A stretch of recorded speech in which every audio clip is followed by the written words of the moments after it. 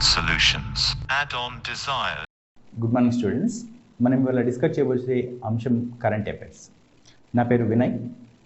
Class start చేద్దాం. మొట్టమొదటి అంశం వచ్చేసి PSLV C-51 విజయవంతం అని చెప్పేసి ఇస్రో ప్రకటించడం జరిగింది. అలా అనుకున్నప్పుడు PSLV అంటే ఏంటి అనేది మనం తెలుసుకోవాలి. PSLV అంటే పోలార్ శాటిలైట్ లాంచింగ్ వెహికల్ అని అర్థం. అంటే భారత అంతరిక్ష పరిశోధన సంస్థ ఇస్రో ఒక చరిత్రాత్మక విజయం సాధించిందని చెప్పుకోవచ్చు. ఎందుకంటే ఈ ఏడాదిలో చేపట్టిన తొలి ప్రయోగం ఈ PSLV C-51 అనే ప్రయోగం. ఇది విజయవంతమవడం జరిగింది. 50 ఏళ్ల ఇస్రో చరిత్రలో తొలిసారిగా దేశీయ ప్రైవేటు సంస్థల ఉపగ్రహాలను నింగిలోకి పంపింది. అంటే ప్రైవేటు పెట్టుబడిదారులు పెట్టుబడి పెట్టడం ఇందులో మనకు కనిపిస్తుంది. అలాగే భారత ప్రభుత్వ శాస్త్ర సాంకేతిక రంగంలో ప్రైవేటు రంగాల ప్రోత్సహించే దిశగా చేపట్టిన ప్రాజెక్టులో ఇది భాగం అన్నమాట. అలా అనుకున్నప్పుడు మనం ఇంకొక విషయాన్ని ఈ PSLV గురించి అండ్ ఇస్రో గురించి తెలుసుకోవాల్సిన అవసరం ఉంది. ప్రస్తుత ఇస్రో చైర్మన్ వచ్చేసి డాక్టర్ శివన్. ఇస్రో ప్రధాన కార్యాలయం ఎక్కడుంది అంటే బెంగళూరులో ఉంది. ప్రయోగ స్థలం అంటే PSLV C-51 ప్రయోగం ఎక్కడి నుంచి జరిగింది అంటే పొట్టి శ్రీరాములు నెల్లూరు జిల్లాలోని సతీష్ ధావన్ స్పేస్ సెంటర్, దీన్ని షార్ అని పిలుస్తారు, ఇక్కడి నుంచి జరగడం జరిగింది. అలాగే ఈ PSLV C-51 అనే మన రాకెట్ ఇది మోసుకు వెళ్ళినటువంటి ఉపగ్రహాలను మనం ఒకసారి హైలైట్ చేసుకొని చూడాల్సిన అవసరం ఎంతైనా ఉంది. అలా అనుకున్నప్పుడు ఇక్కడ బ్రెజిల్ దేశానికి చెందినటువంటి అమెజానియా 1 అనేటటువంటి ఒక ఉపగ్రహాన్ని మోసుకెళ్ళడం జరిగింది.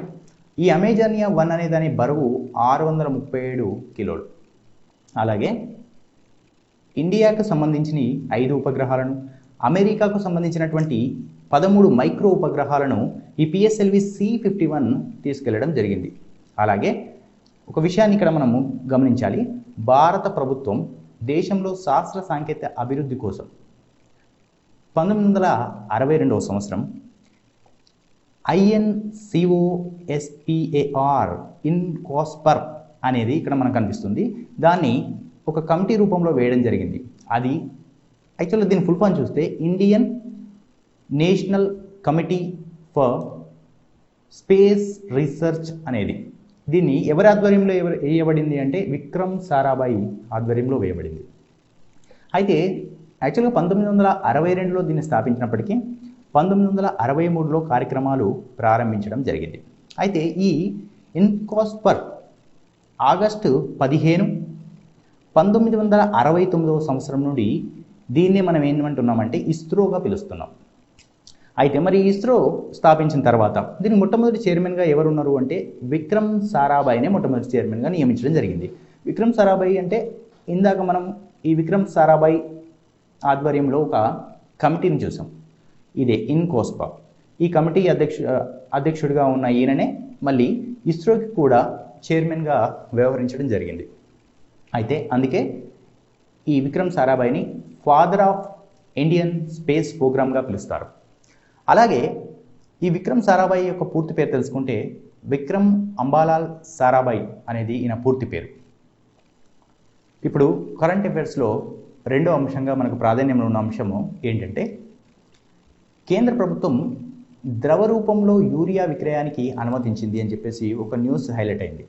అసలు ద్రవ రూపంలో ఉండేటటువంటి యూరియా అంటే ఏంటి అనేది మనం తెలుసుకోవాలి. యాక్చువల్గా ఎప్పుడు కానీ మనం ఇరిగేషన్ సెక్టార్లో అంటే అగ్రికల్చర్ సెక్టార్లో మనం యూరియాని మొక్కలపైన వేయడం జరుగుతుంది. అంటే దీన్ని ఒక యూరియా రూపంలో ఇస్తాం.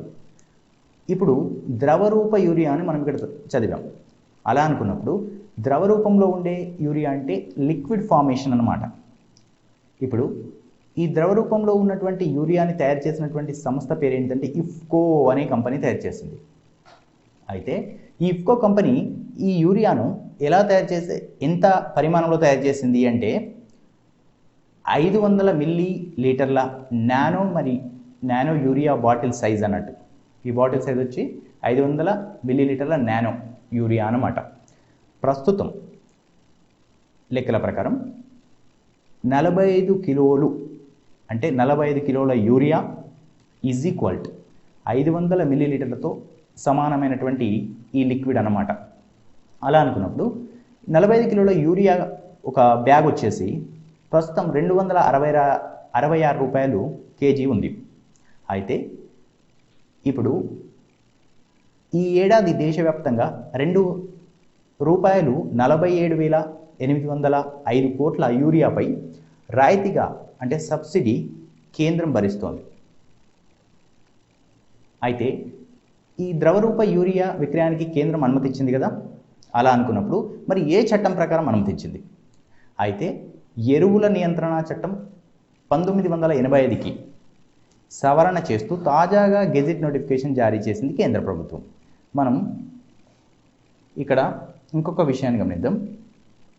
కేంద్ర వైద్య ఆరోగ్య శాఖ నిన్న ఒక ప్రకటన చేసింది. అదేంటి అంటే ప్రైవేటు ఆసుపత్రులు టీకా గరిష్ట ధర ఖరారు చేసింది. ఒక్కో డోసు ₹250గా నిర్ధారించింది. ఇందులో టీకా ఖరీదు ₹150 కాగా మిగిలిన ₹100 సేవా రుసుము కింద వసూలు చేస్తుంది. అలాగే ఇంకో కరెంట్ అఫైర్ చూద్దాం. ఇంకో కరెంట్ అఫైర్ వచ్చేసి ఒక కాన్ఫరెన్స్ గురించి, అంటే సదస్సు అని చెప్పవచ్చు. అలా అనుకున్నప్పుడు సెరామిక్ సదస్సు ఇది మార్చ్ 1 నుండి 5వ తేదీ వరకు 2021లో జరుగుతుంది. వార్షిక అంతర్జాతీయ ఇంధన సదస్సు అని దీన్ని పిలవచ్చు. అయితే దీన్ని నిర్వహించే సంస్థ పేరు IHS మార్కెట్ అనేటటువంటి సంస్థ దీన్ని నిర్వహిస్తుంది. ఇక్కడ ఒక విషయాన్ని మనము గుర్తుంచుకోవాల్సిన విషయం ఉంది. అలా అనుకున్నప్పుడు ఈ సదస్సులో భారత ప్రధాని నరేంద్ర మోదీకి సెరావిక్ పురస్కారం అందించనున్నారు.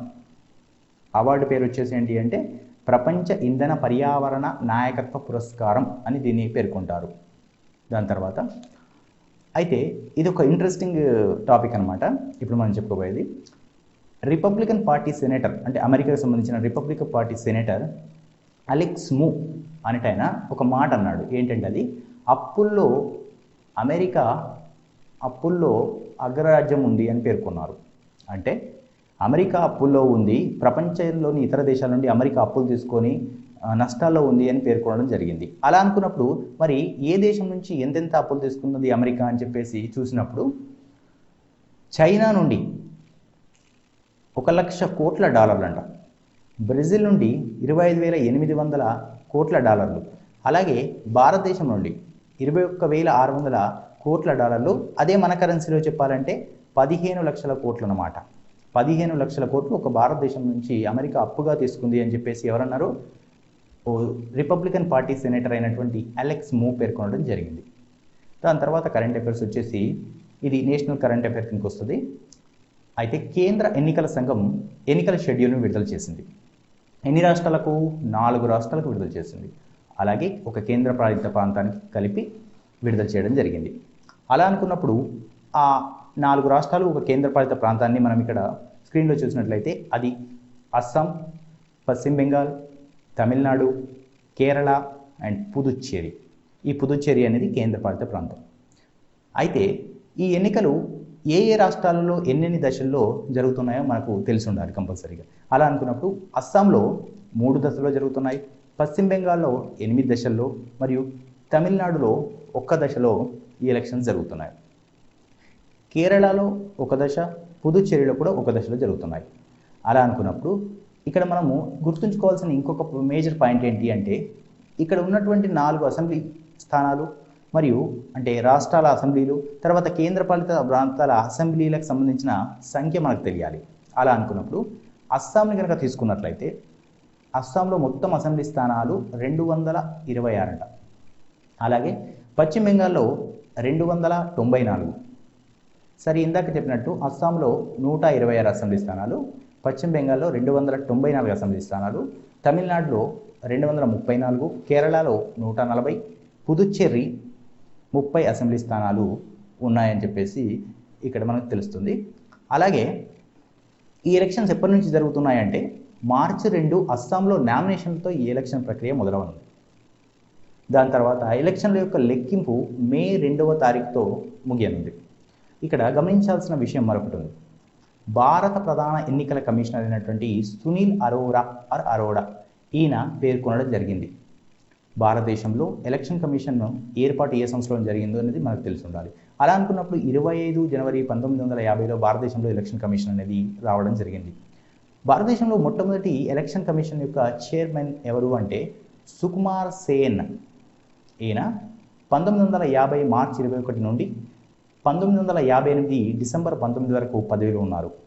ఇక్కడ స్క్రీన్లో మనం ఈ పిక్చర్ గమనించినట్లయితే ఇప్పుడు ప్రస్తుతం ఉన్నటువంటి భారత ఎన్నికల కమిషనర్ సునీల్ అరోరా మనకు కనిపిస్తారు. అలాగే నెక్స్ట్, ఇది ఒక ఇంట్రెస్టింగ్ విషయం. మనం ఇక్కడ అర్థం చేసుకోవాల్సిన విషయం ఏంటంటే ఈ 4 రాష్ట్రాలు ఒక కేంద్రపాలిత ప్రాంతంలో ఎలక్షన్స్ జరుగుతున్నాయి కదా. అయితే ఈ రాష్ట్రాలలో మరి ఎన్ఆర్ఐల సంఖ్య ఎంత ఉందనేది మనకు తెలియాలి. అలా అనుకున్నప్పుడు కేరళలో అత్యధికంగా 90,709 మంది ఎన్ఆర్ఐలు, అంటే వీళ్ళని తెలుగులో ప్రవాస భారతీయులు అని అంటారు. ఈ ప్రవాస భారతీయుల ఓటర్లు ఎన్ని ఉన్నాయట కేరళలో అంటే 90,709 మంది ప్రవాస భారతీయుల ఓటర్లు ఉన్నాయట. అలాగే తమిళనాడు విషయానికి వస్తే 3,243, పశ్చిమ బెంగాల్ 210, అస్సోం 11, పుదుచ్చేరి 352 ఓటర్లు ప్రవాస భారతీయులను కలిగి ఉందంట.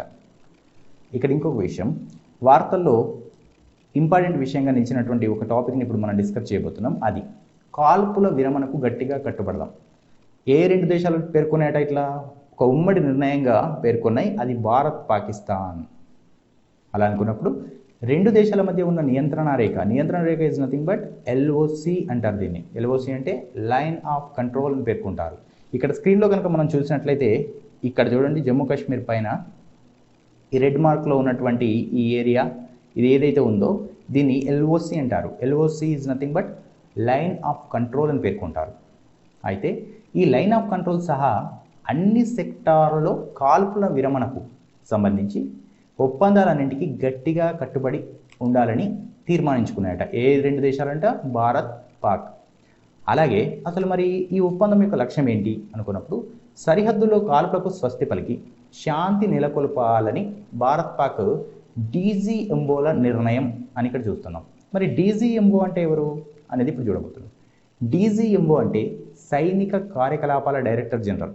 ఇతన్నే ఇంగ్లీష్లో అయితే director general of military operations అని పేర్కొంటారు. అయితే మరి ఇప్పుడు వీళ్ళు ఇండియా పాకిస్తాన్ తీసుకున్నటువంటి ఈ నిర్ణయం ఎప్పటి నుంచి అమల్లోకి వస్తుంది అంటే బుధవారం, అంటే 24 ఫిబ్రవరి అర్ధరాత్రి నుంచి ఇది అమల్లోకి వస్తుందని ఇరు దేశాల యొక్క డీజీఎంఓలు పేర్కొనడం జరిగింది. అలాగే ఇక్కడ ఒక విషయాన్ని మనం గమనించాలి. మరి ఇలాంటి ఒప్పందాలు గతంలో భారతదేశంలో జరగలేదా పాకిస్తాన్తో అంటే జరిగాయి. అది 2003లో ఇలాంటి ఒప్పందం ఒకటి కుదిరింది. అయితే కొన్నాళ్ళుగా దీనికి తూట్లు పడుతున్నాయి అన్నమాట. అంటే యాక్చువల్గా 2003లో ఇలాంటి ఒప్పందం జరిగినప్పటికీ కూడా దాన్ని ఎన్నోసార్లు ఉల్లంఘించిన సందర్భాలు ఉన్నాయి. ఉదాహరణకు 2018, 19, 20లలో 10,752 సార్లు ఈ యొక్క కాల్పుల విరమణ ఒప్పందం ఉల్లంఘించారంట. అంటే బార్డర్లో ఇరు దేశాలు చేసుకున్నటువంటి ఒప్పందాన్ని మర్చిపోయి వ్యవహరించిన తీరన్నట్టిది. అలా అనుకున్నప్పుడు ప్రస్తుత డీజీఎంఓగా ఉన్న వ్యక్తి ఇక్కడ మన పిక్చర్లో కనిపిస్తున్న ఈయన పేరు వచ్చేసి బిఎస్ రాజు. ఈయన పూర్తి పేరు వచ్చేసి బిఎస్ అంటే బగ్గవల్లి సోమశేఖర్ రాజు. అండ్ ఇంకొక విషయం, వార్తల్లో చాలా రోజుల నుంచి నానుతున్నటువంటి ఒక విషయాన్ని మనము ఇప్పుడు గమనించుదాం. అలా అనుకున్నప్పుడు నీరవ్ మోడీ ఎవరైనా అంటే బ్యాంకులకు రుణాలు ఎగవేసిన కేసులో దేశం నుంచి పరారైనటువంటి ఒక వ్యాపారవేత్త. అయితే ఈ నీరవ్ మోడీని భారత్కు పంపించాల్సిందే అని ఒక లండన్ కోర్టు, ఆ కోర్టు పేరు ఏంటంటే వెస్ట్ మినిస్టర్ మెజిస్ట్రేట్ కోర్టు, ఈ కోర్టు తీర్పునివ్వడం జరిగింది. అలా అనుకున్నప్పుడు బ్యాంకులకు రుణాలు ఎగవేసిన కేసులో వజ్రాల వ్యాపారి నీరవ్ దీపక్ మోదీ ఈయనను ఏమని చెప్పిందంటే లండన్ కోర్టు, నువ్వు భారతదేశంకి వెళ్ళి భారత న్యాయస్థానాల ముందు నీ యొక్క వాదనను వినిపించాలి అని చెప్పడం జరిగింది. అలా అనుకున్నప్పుడు మరి పంజాబ్ నేషనల్ బ్యాంక్కి నీరవ్ మోదీ ఎగ్గొట్టినటువంటి మొత్తం రూపాయలు కనుక మనం చూసినట్లయితే 13,500 కోట్ల రూపాయలు మనకు ఇక్కడ కనిపిస్తుంది. అయితే లండన్ కోర్టు ఇచ్చినటువంటి తీర్పు సారాంశాన్ని ఒకసారి గమనిద్దాం. పంజాబ్ నేషనల్ బ్యాంకును మోసగించడానికి కుట్ర పన్నారన్న వ్యవహారంలో NDM అంటే నీరవ్ మోడీ అన్నట్టు. అయితే వ్యతిరేకంగా సాక్ష్యాలు ఉన్నట్టు నమ్ముతున్నాం. ఆయన భారత్కు వెళ్ళి అక్కడి కోర్టులకు సమాధానం చెప్పాల్సి ఉంది అని చెప్పేసి లండన్ కోర్టు తీర్పు చెప్పడం జరిగింది. ఇక్కడ గమనించాల్సిన విషయం ఏంటంటే మరి ఈ యొక్క బ్రిటన్ నుండి భారత్కి ఒక పరారీలో ఉన్నటువంటి ఖైదీని అంటే ఒక నిందితునిలాగా భారతదేశంలో ఉన్నటువంటి బ్యాంకుల నుండి రుణాలు తీసుకొని వెళ్ళిన వ్యక్తి కాబట్టి ఇతన్ని తిరిగి అప్పగించే విషయాన్ని ఇక్కడ మనం గమనించవచ్చు. అలా అనుకున్నప్పుడు మరి ఇది ఏ ఒప్పందం ప్రకారం జరిగింది అంటే భారత్ బ్రిటన్ల అపరాధుల అప్పగింత ఒప్పందం ప్రకారం జరిగిందనమాట. అసలు ఈ ఒప్పందం ఎప్పుడు జరిగింది అంటే 1992 సెప్టెంబర్ 22న భారత్ బ్రిటన్ ఈ ఒప్పందం పైన సంతకం చేయడం జరిగింది. ఆ తర్వాత న్యూస్లో ఉన్నటువంటి ఇంకొక హైలైట్ టాపిక్ చూద్దాం. డిఎస్పీగా బాధ్యతలు తీసుకున్నటువంటి హిమాదాస్. ఓకే, ఈ హిమాదాస్ ఎవరు అలా అనుకున్నారు? భారత స్టార్ స్ప్రింటర్ అయినటువంటి Hima Das. Sprinter is nothing but runner అన్నమాట. ఈ హిమాదాస్ భారత స్టార్ స్ప్రింటర్ అనమాట. అయితే ఈమె డిఎస్పీగా బాధ్యతలు తీసుకున్నారు. యాక్చువల్గా స్పోర్ట్స్ కోటాలో ఇలాంటి పోస్టులు ఇవ్వడం జరుగుతుంది గవర్నమెంట్ వాళ్ళ గౌరవాల్లో. అలా అనుకున్నప్పుడు ఈమె ఏ రాష్ట్రానికి చెందినది అంటే అస్సాం రాష్ట్రానికి చెందిన ఆమె. రాజధాని గౌహటి. అయితే గమనించాల్సిన విషయం ఇక్కడ ఏంటి అంటే 2018లో ప్రపంచ జూనియర్ అథ్లెటిక్స్ ఛాంపియన్లో 400 మీటర్ల పరుగులో స్వర్ణం గెలవడంతో వెలుగులోకి వచ్చింది ఈ హిమాదాస్. అయితే ఈమె అస్సాం రాష్ట్రానికి చెందిన ఆమె. అయితే ఇంకొక విషయం ఏంటంటే ఇటీవల పంజాబ్లోని పాటియాలలో జరిగినటువంటి ఇండియన్ గ్రాండ్ ప్రీ 2 టోర్నీలో ఈమె 200 మీటర్లు పరుగులో స్వర్ణం గెలుచుకుంది. హిమ 23.31 సెకండ్లలో లక్ష్యాన్ని చేరి అగ్రస్థానంలో నిలవడం జరిగింది. ఎందులో ఈ యొక్క ఇండియన్ గ్రాండ్ ప్రీ 2 టోర్నీలో 200 మీటర్ల పరుగులో. ఇక్కడ గమనించాల్సిన విషయం ఏంటంటే చివరగా హిమాదాస్ 2019 ఆగస్టులో పోటీ పడింది. 2019 తర్వాత ఆమె పోటీ పడిన ఫస్ట్ రన్ ఏదైతే ఉందో అది ఇండియన్ గ్రాండ్ ప్రీ 2 అనమాట. అందులోనే ఆమె స్వర్ణం గెలిచింది. గమనించాల్సిన విషయం అనమాట.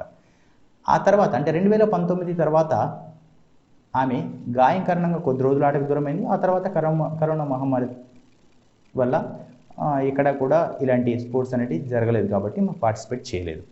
ఆ తర్వాత ఒక తెలంగాణ రాష్ట్రానికి సంబంధించినటువంటి ఒక విషయాన్ని చూద్దాం. అలా అనుకున్నప్పుడు ఖమ్మంలో నూతన బస్టాండ్ నిర్మాణం అని చెప్పేసి వార్తల్లో అంశం ఒకటి వచ్చింది. బస్టాండ్ నిర్మాణం గురించి మాట్లాడుకోవాలంటే యాక్చువల్గా విషయం ఏంటంటే తెలంగాణ రాష్ట్ర ఆవిర్భావం తర్వాత నూతనంగా నిర్మించినటువంటి మొట్టమొదటి బస్టాండ్ ఇదే కావడం కాబట్టి వార్తల్లో అంశమైంది. మరి ఈ బస్టాండ్ నిర్మాణానికి తెలంగాణ ప్రభుత్వం ఖర్చు చేసినటువంటి మొత్తం రూపాయలు 23 కోట్లు. అలాగే కేటాయించినటువంటి స్థలం ఎంత అంటే 7.20 అంటే దగ్గర 7.5 ఎకరాలు అన్నమాట. ఇది ఇక్కడ ఖమ్మంలో నిర్మించారు. తర్వాత తెలంగాణ ప్రభుత్వానికి సంబంధించింది ఇంకొక న్యూస్. అలా అనుకున్నప్పుడు QR కోడ్తో కరెంటు బిల్లుల చెల్లింపు ప్రక్రియను ప్రారంభించే కసరత్తు దిశగా తెలంగాణ అని చెప్పేసి ఇక్కడ న్యూస్ హైలైట్ అయింది. అలా అనుకున్నప్పుడు తెలంగాణ ప్రభుత్వం దక్షిణ తెలంగాణ విద్యుత్ పంపిణీ సంస్థ అంటే TSSPDCL అనేది దీని యొక్క ఫుల్ ఫామ్ ఏంటంటే southern power distribution company limited అనమాట. దీని ఆధ్వర్యంలో ఏం చేస్తుందంటే కరెంటు బిల్లుల చెల్లింపు విషయంలో QR కోడ్లను ఉపయోగించాలి అని చెప్పేసి ప్రయత్నిస్తుంది. మరి ఈ QR కోడ్ అంటే ఈ విధంగా ఉంటుంది, స్క్రీన్లో కనిపిస్తుంది. ఈ యాక్చువల్గా QR కోడ్ అంటే మనం రెగ్యులర్గా గూగుల్ పే కానీ పేటిఎం కానీ వాడినప్పుడు ఆపోజిట్ ఉన్నటువంటి QR కోడ్ని స్కాన్ చేసి మనం పేమెంట్స్ చేయడం జరుగుతుంది. ఈ విధంగా ఉంటుంది అన్నట్టు, ఈ విధంగా. అలా అనుకున్నప్పుడు ఈ QR అంటే ఏంటిది? QR అంటే క్విక్ రెస్పాన్స్ అని అర్థం. క్విక్ రెస్పాన్స్ అని అర్థం. Thank you.